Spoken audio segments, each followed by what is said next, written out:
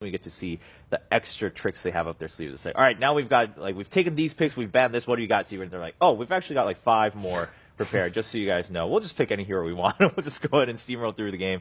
So again, I mean, 2 weeks. Hopefully we can look forward to more. So already from yesterday to today, I mean, I don't think anyone can complain that we're not seeing a diversity in heroes, of course, given also the teams we have, all the different regions coming together. But in LGD versus Cloud9, do you think we're going to see something drastically different on the side of Cloud9 in terms of bans, or obviously, picks in terms of like taking it away from LGD? I think maybe a different approach. They might actually go for more like, I think Sin mentioned this before, go for a more late game route with like anti-mage or PL, something that's more, Envy is always more on all these type of heroes. When he has to play Viper, Razor, it feels like sometimes he's not at his zone.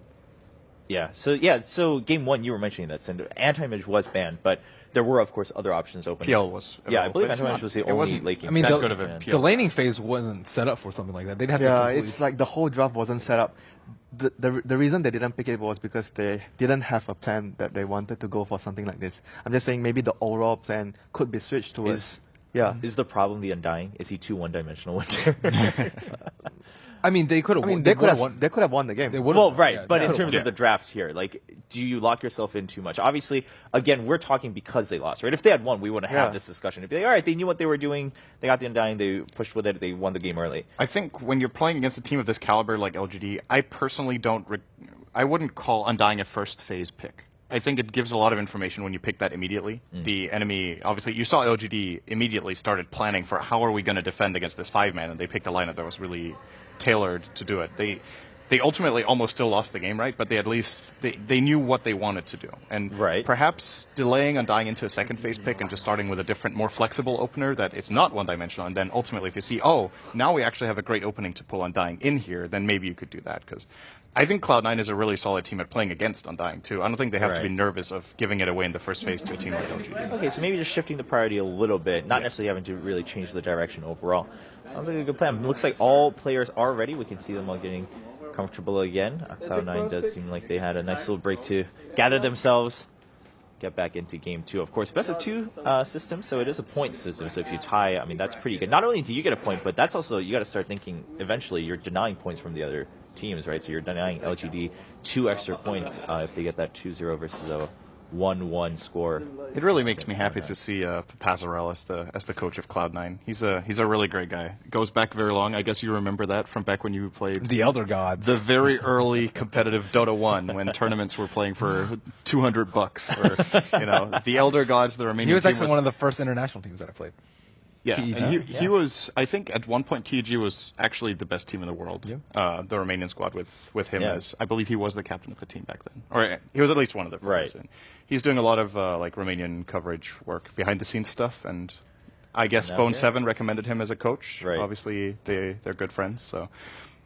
Nice to see, and it looks like he gels well with the players as well. For sure. He's keeping the morale high. That's what I got out of that short shot, at least. Yeah, I mean, after the game ended, of course, everyone's a little bit down if you lost, but it does seem like they're ready to climb back into it.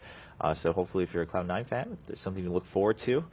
Already, I mean, everyone was talking after yesterday too, like with the base race and whatnot. Always like Cloud9 can just play their own game and they can kind of go with their style and whatnot. Didn't work out in game 1, but we're going into draft of game number 2. Can Cloud9 come back in, tie at 1-1, or is LGD just going to run away with the series here? Do you think LGD on the other side, do they have to worry about anything? Like, do they want to? Because again, it's a long tournament. You don't want to have to show your cards early and all of them in like the first week during the group stages. I think it's with the whole 3 points for 2-0 and 1 point for draw in comparison to previous years when it was just 1 point for win. I think sometimes it will be worth, like, I don't know if I would call it showing a strategy, but definitely just changing things up a little bit. I think going for a 2-0 against a top contender like Cloud9 is maybe worth burning a strategy on. I don't know. So you have those 3 points from a top going opponent. 1-1 is like losing, though, it feels sometimes. Because you get only 1 point. Especially if you're up 1-0, right? It's like no different from like 0. I mean, of course, there's 1 point at least, but it's like you still lose 2 points. So why not use something and secure the value 3 points? difference Like, it's is pretty high. 3 points to 1 point. So I would say it's worth it to burn something. All right. Well, wouldn't they have burned it in the first game though? Well, Maybe I mean the that second- that's yeah, also. maybe I mean the that second, depends on yeah. the matchup too, though, right? If you're confident you can try to get a win no matter what, then you would try just a stable play or what you're comfortable with in game one, and then once you lead 1-0, you're like, all right, let's secure those 3 points. So that's another thing to consider, of course. Oh boy. So, what are we looking at? Oh wow. Oh boy. The blue dude. The blue dude. Okay. Well, I actually didn't imagine that happening at all today. So the reason this hero is valued as high as it is in the current meta, and I'm actually really surprised Cloud9 are giving it a win. They're going to counterpick it immediately. But the reason Leshrac is so good is that he is very strong in lane. He wins most one-on-one matchups mid. He crushes melees. He can harass and sustain against range heroes. Like even a hero like Queen of Pain actually on paper loses slightly to Leshrac. So he's a great laner. He's a great mid gamer. He can push with Edict. He now also scales very well into late game because of Octarine Core, which I think he is the absolute best hero in the game to get it on, in addition to Naga Siren. So there's just been a couple of changes that have really buffed Leshrac so much that you're going to see if that hero gets through the ban phase, it's a first phase pick. I think every single game of the tournament, you're not going to see it. yeah, that's been the case for some time now. So Mana Burn is the name of the game. Yeah, there you go. They are We need really a cuddle, we kind need a Nix. So There's EMP. I mean, it definitely looks like Cloud9 decided, all right, we're going to take this risk. We're going to try this out this time just to stop LGD from getting the 2-0. Yeah, they're like, we can only get 1 point anyway. Yeah, so why not? I Maybe. mean, at Maybe. worst, like other people expect, it's not something too shocking if you give the Lesh. Obviously, you want to have some counter picks ready, so not other teams aren't going to be too surprised by what Cloud9's doing. I want to bring up a point though as we go forward. Undying, I mean, ever since yesterday too, you guys keep mentioning, is it really that much of a priority? Because most teams are now used Depends to. For some teams. I think depends on who you are actually planning to ban it against. I think especially against the Chinese team, some of the teams might feel that because it's something that they are very used to playing 5-man and they're very comfortable, it's not worth giving away the Undying to them. Unless you're extremely confident, like your secret, you're like, we'll just get Keeper of the Light, we illuminate, we charge the creep wave away, and we just push everywhere, and Undying's useless. You know? All right. Okay, so Cloud9. Yeah, I think the Chinese teams are a little bit weaker in their laning phase and more rely on their mid and late game decision making. And like Undying just covers most of their weaknesses. Very fair They're a point. very early game team fight as well as their laning phase. So This is pretty interesting, because most of the time Leshrac is played as a mid lane core, Right. and they're grabbing Shadow Fiend, so this makes me think that, what's interesting is if you open with a Leshrac pick and the enemy team's like, we have to counterpick Lesh, just Support. put him on support. Yeah. And your two cores are suddenly not countered by Pugna and Anti-Mage at all. And then you farm a Shadow Fiend who has a great matchup against both of these. He has pretty low mana cost, so doesn't care too much about the Nether Ward. Against Anti-Mage, he comes online very early, hits very hard with physical damage, which Anti-Mage doesn't like. And I actually think just from this pick alone that LGD are not playing a core Lesh. Yeah, It's- I think very it might likely. actually happen. And you know what? Shadow Demon is good versus Anti-Mage. So they have Shadow Demon Lesha. So it could Yes, be something that that is LGD true. is looking. And it's one of their favorite, like it's a Chinese type of roamings support. Shadow Demon plus Lesha. Yeah, so, Man, they are counterpicking with Lesh so hard. I mean, but at that point, right? Like, what do you think? I mean, Cloud9, they kind of already showed that they wanted to counterpick it anyway with the Pugna and the Anti-Mage. Do you think it's just fair for them to just go with it and say, all right, even if we see the Shadow Fiend, we're just going to go with it? and I mean, just make they've sure that first they picked have to? Pugna before without a Leshrac. Yes, they have. So but it's a while ago. It is a while ago. Support Pugna, right? Yeah, but it's think- again, the Pugna doesn't have to be a core role either. They can just swap True. it up. And Anti-Mage is a good carry versus In general. a wide array of lineups. Yeah, it's not like only good versus Leshrac. So I mean, yes, it is targeted against the Leshrac, but I still think that both teams can make it work. Wow. Well, How can we kill Lesh with our entire... Well, Clock's also good versus Shaker. Yeah. Yes, Right, it's, so- it's a good pick. So But it it's looks just like, I fun mean, to both see. teams kind of leaving their options open, right? I mean, LGD, sure, okay, we don't have to put Lesh as a core. At the same time, Cloud9's like, all right, if you don't want to, sure, we're like super hard countering it, but we can play the game out in different I'm ways. more surprised Wow. at the DK ban. Okay, what's going on? Support so Lesh. this is Lash is. I mean, yeah, so now confirmed it's pretty support? clear, right? Support Lesh. And then they're picking an off lane last. I Earthshaker think might, this is the right Earthshaker call. might be the off lane if they That want is to go a for Shadow possibility. Demon. I mean, because Shadow Demon plus Lashrock Does Yao works. ever play that, though? Yeah, he Off does. Shaker? Okay. He does. So they could do. And you were bringing up what the DK ban.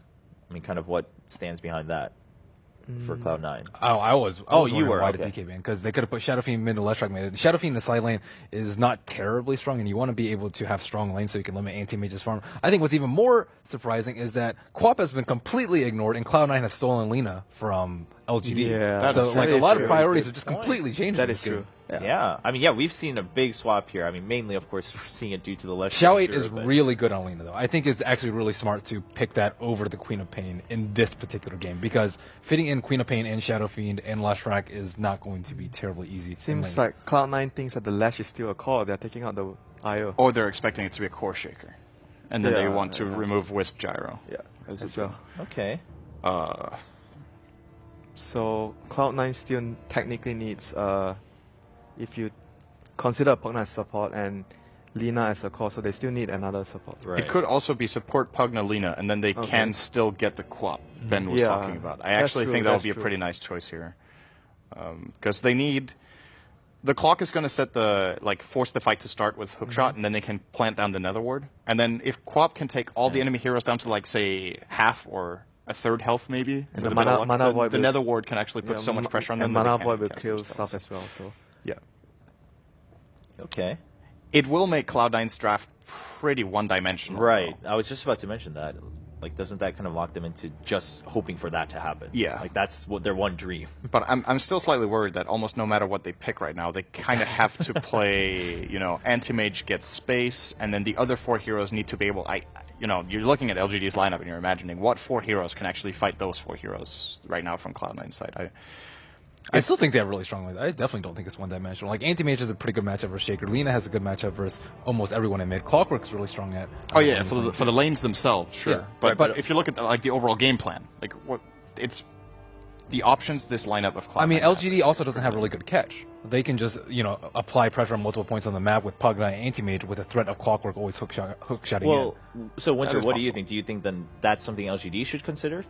In I terms think- of rounding that out? you mean So Ben was just mentioning, well, LGD doesn't have that much catch. That's what's Okay. making Cloud9 also more versatile. yeah, but at the same time, I feel if you are going to run Lash as a support, it's very important to have a right partner to it, like something that can allow you to gank. If you're going for Shadow Demon, obviously you still don't have that good of a catch, but you need to somehow compensate it with another hero. Like maybe someone gets a Hex, or maybe like Earthshaker gets an early Blink. So that's going to be your catch if you're going to go Right. along that route. So I mean, you have to balance things out between the other heroes I mean, with items. I think it's so risky relying on Earthshaker alone versus a Clock. Yeah, I mean it's their lineup though. If you are running a support Lash, you're not going to be expecting a Hex from him. I like the Shadow Demon a lot, though. I think Yeah, it's- me too. I think it's good. All right. Well, Rubik was the selection for Cloud9. There's a couple of good spell steals. Fissure is Right. obviously great. Lashrak is a really good hero to pick Rubik against. If you get either Requiem of Souls, as well. Requiem is great, Yeah. and it's very easy to steal too. Split Earth and Lightning Storm are both incredible on Rubik. Having a 0 cast point Split Earth is absolutely. I mean, not only that, his Nullfield is really, really good for Sir. Nullfield is great too, but most of the time when we see Rubik's support played, he either goes 4/4-0 or you get at least 2 points in telekinesis. So the time you get Nullfield up to level 4, you're generally like 25 minutes into the game, and then Think of all the magic resistance Anti-Mage will have, though. oh, that's the Just plan. think about it. And then And then you get a Rectify glimmer, him. and then you get a glimmer kit. And a pipe on him. Oh wow, that is absolutely horrible. I like how he builds everything up. Yeah.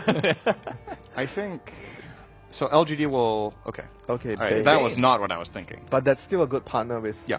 the Lash, and it's very important where you have someone to set up so you can gank with Lash early on. So there might be a lot of smoke gangs. I mean, it's difficult to play against Bane and Clock, or Rubik and Clockwork, though. Like, it's... I yeah, think it's a very risky pick. yeah, for the but Bane, but for I the still think it's important for them to get someone to set up for the split off, and Bane in team fights is good against mobile carry like Anti-Mage. So True. I mean, it's hard to execute, but it's something they need against Anti-Mage. Okay, so I mean, at that point, it's just what you needed. It's not Yeah. about the